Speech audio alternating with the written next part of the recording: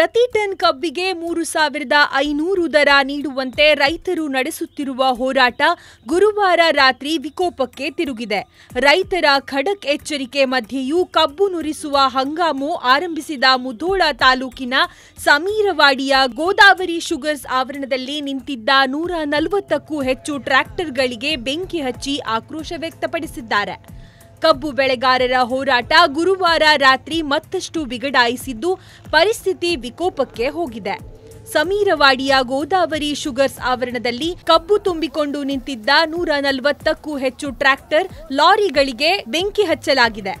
ಕಳೆದೊಂದು ವಾರದಿಂದ ಮುಧೋಳದಲ್ಲೇ ಬೀಡು ಬಿಟ್ಟು ಜಿಲ್ಲಾಡಳಿತ ಮತ್ತು ರೈತರೊಂದಿಗೆ ಸಂಪರ್ಕ ಕೊಂಡಿಯಾಗಿ ಕಾರ್ಯನಿರ್ವಹಿಸುವ ಜತೆಗೆ ಕಾನೂನು ಸುವ್ಯವಸ್ಥೆಯ ಉಸ್ತುವಾರಿ ಹೊತ್ತು ಕೆಲಸ ಮಾಡುತ್ತಿದ್ದ ಹೆಚ್ಚುವರಿ ಪೊಲೀಸ್ ವರಿಷ್ಠಾಧಿಕಾರಿ ಮಹಾಂತೇಶ್ ಜಿದ್ದಿ ಅವರ ಮೇಲೂ ಕಲ್ಲು ಎಸೆಯಲಾಗಿದೆ. ದೊಡ್ಡ ಕಲ್ಲನ್ನು ಕಾಲಿನ ಮೇಲೆ ಎತ್ತಿ ಹಾಕಿದ್ದು ತೊಡೆಯ ಭಾಗದ ಮೂಳೆ ಮುರಿದಿದೆ ಎನ್ನಲಾಗಿದೆ.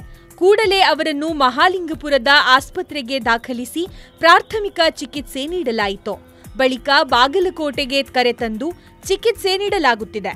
ಘಟನೆಯಲ್ಲಿ ಒಂದು ಪೊಲೀಸ್ ಜೀಪ್ಗೆ ಕಲ್ಲು ಎಸೆದಿದ್ದು 8 ರಿಂದ 10 ಬೈಕ್ಗೆ ಬೆಂಕಿ ಹಚ್ಚಲಾಗಿದೆ.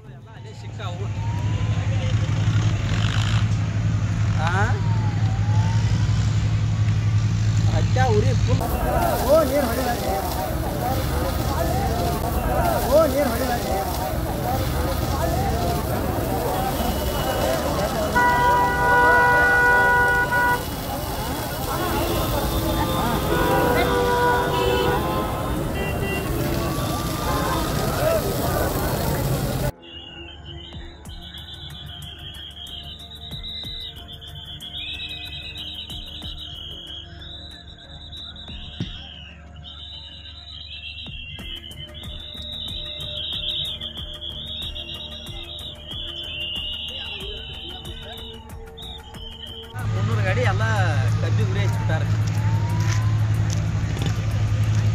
ಗ್ಯಾಪ್ಗಳು ಎಲ್ಲ ಅಲ್ಲೇ ಸಿಕ್ಕಾವು.